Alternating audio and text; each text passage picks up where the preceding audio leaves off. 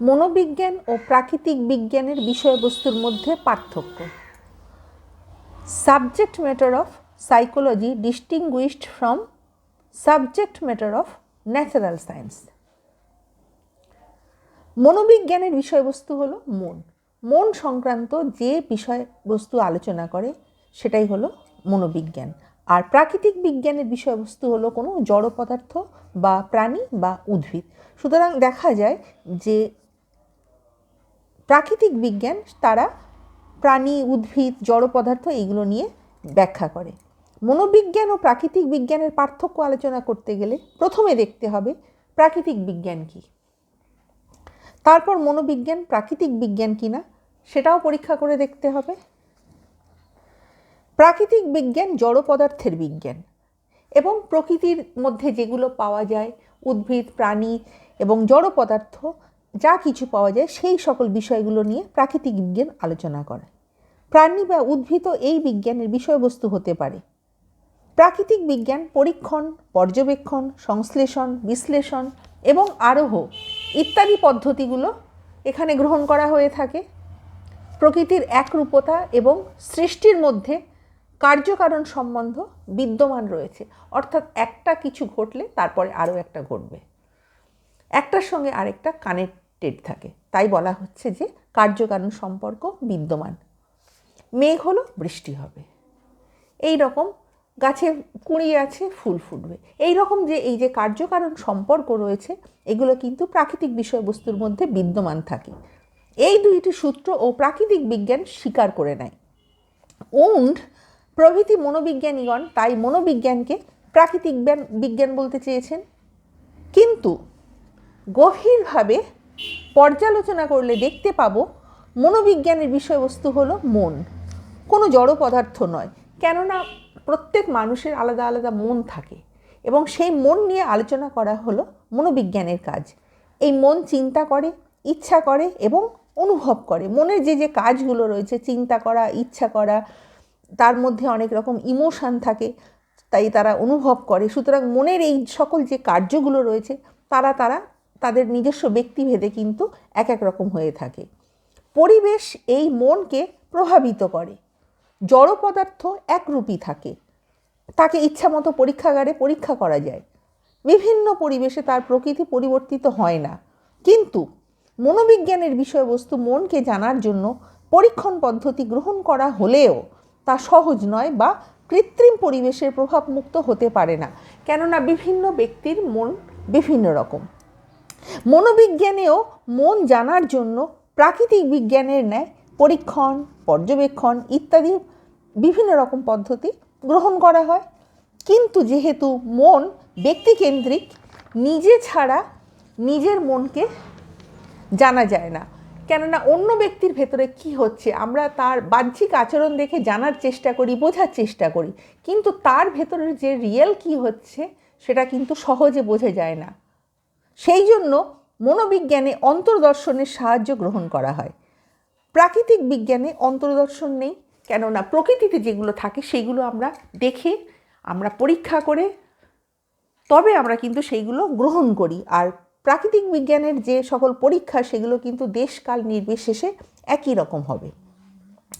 মনোবিজ্ঞানের সংজ্ঞা আলোচনা প্রসঙ্গে আমরা দেখেছি, মনোবিজ্ঞানে মনকে জানতে হলে মানুষের ব্যবহার দেখে জানতে হবে, মানুষের বাহ্যিক আচরণ দেখে জানতে হবে। মানুষের ব্যবহার প্রাকৃতিক বিজ্ঞানের মতো প্রত্যক্ষগোচর হলেও মন অপ্রত্যক্ষগোচর, কেননা মনকে আমরা কখনোই দেখতে পাই না। তার হয়তো কেউ কান্না করছে, তখন তাকে দেখলে আমরা বুঝতে পারি তার ভিতরে দুঃখ হয়েছে। কেউ হাসছে, তাকে দেখে আমরা কিন্তু বুঝতে পারি যে তার ভিতরে একটা আনন্দ হচ্ছে, কিন্তু কী প্রসঙ্গে আনন্দ হচ্ছে সেটা তো আমরা বলতে পারবো না, কী প্রসঙ্গে দুঃখ হচ্ছে সেটা তো আমরা বলতে পারবো না। সুতরাং ব্যবহার থেকে এই অপ্রত্যক্ষগোচর মনকে জানার কাজই হলো মনোবিজ্ঞানের কাজ। প্রাকৃতিক বিজ্ঞানে পরীক্ষা নিরীক্ষাগুলো যান্ত্রিক উপায়ে অনুষ্ঠিত হতে পারে, কিন্তু মনোবিজ্ঞানে মনের অবস্থা সর্বদা একরূপ থাকে না।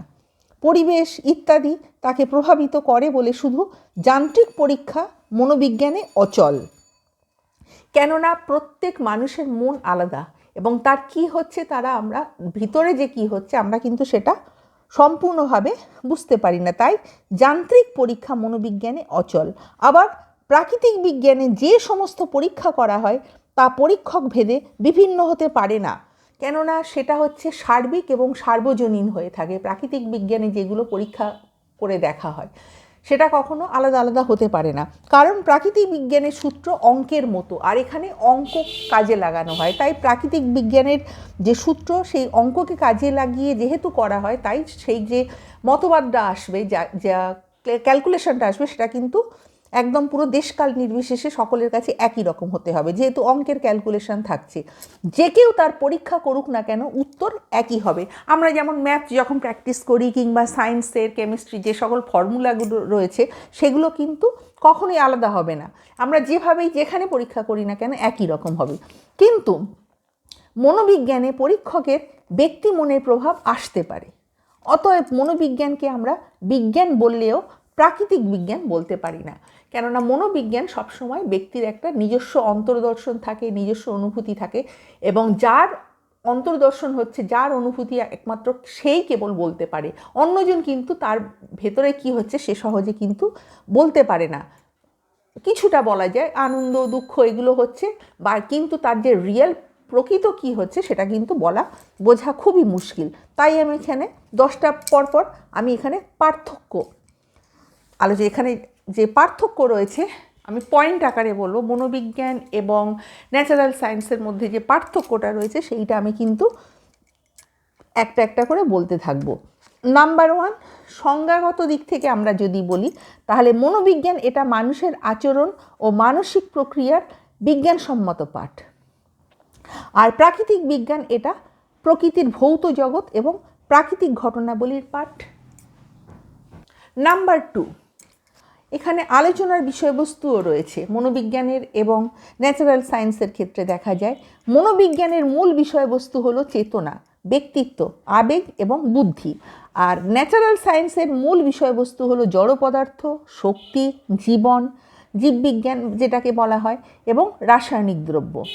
নাম্বার 3, আবার পরিমাপযোগ্যতার দিক থেকে যদি দেখা হয় তাহলে মনোবিজ্ঞান এবং প্রাকৃতিক বিজ্ঞানের ক্ষেত্রে তখন দেখা যাবে মানসিক প্রক্রিয়াগুলো সবসময় সরাসরি পরিমাপ করা যায় না। যেমন সুখ, দুঃখ এগুলো কিন্তু আমরা সঠিকভাবে বলতে পারি না, কী কারণে হচ্ছে সেটাও আমরা বলতে পারি না। কিন্তু প্রাকৃতিক ঘটনাগুলো নিখুঁতভাবে গাণিতিক এককে পরিমাপ করা যায়, যেহেতু প্রাকৃতিক যে সকল নিয়মগুলো আমরা ফর্মুলাগুলো যেগুলো প্রয়োগ করি সেগুলো কিন্তু দেশকাল নির্বিশেষে একই রকম হবে।